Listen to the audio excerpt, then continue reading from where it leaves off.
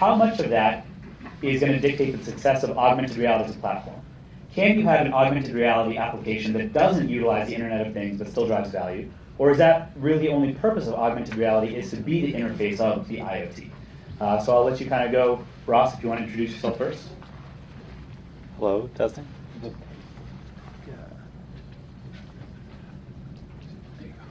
Testing. Hi everybody, I'm Ross Sinman. I'm a PhD student from MIT. So my company is Escher Reality, formerly known as AR Spirit, if you've seen me at other events.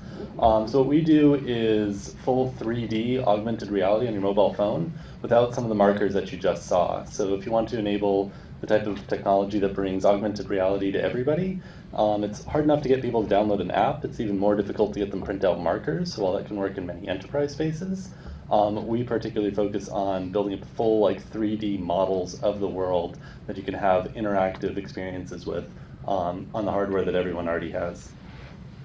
Thanks. Great, my name is James Gardner. I'm the VP of Strategic Growth with Beam Interactive. We're a leading local digital marketing agency. But my passion for IoT and AR/VR really comes from a passion project writing for MedTech Boston. So I view a lot of the AR and VR world through the lens of healthcare and how it's got some incredible applications in that field, but more generally an interest in all things consumer health and social. So that's the lens that I'll bring to the conversation.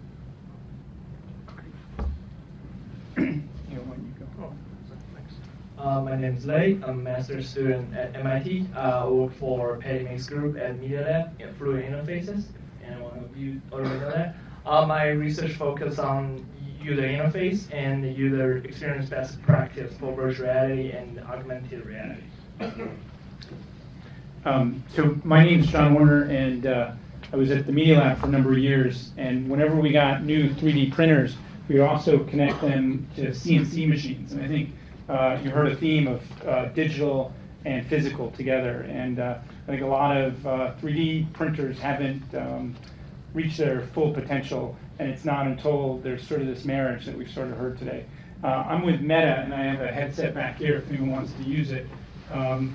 We have a headset that has 90-degree field of view, and the screen is up here and projects on an visor that you can see the physical world and get digital information.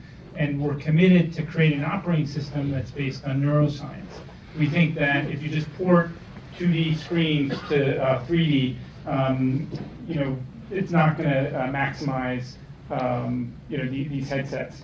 And I do a lot of work with Autodesk and SolidWorks, other CAD companies. And I got to say, I feel like PTC is way ahead of the curve in terms of saying, how can we make the most of IoT and really use AR in effective ways.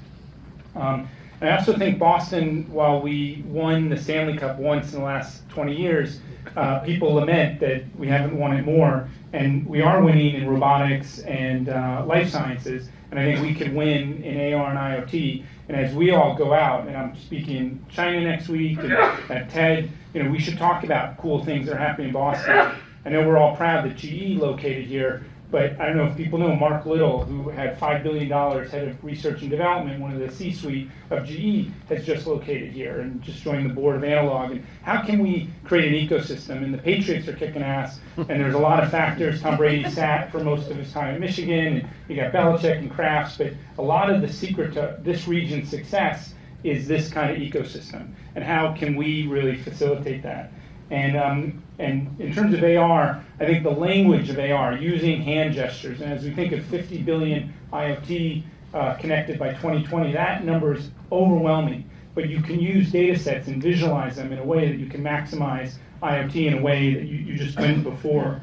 I also think as computer vision and machine learning and extended intelligence, another word for artificial intelligence, come online, kind of like wires and plumbing in this building we don't even see. There's going to be things behind the scenes that are going to really help facilitate things. I think it's kind of awkward that I'm going longer than these guys, so I had 2 more things to say, but I think I'll pause just so people don't hate me. But I do have one other point that I want to make, but I'll save it. So Neil, back to you.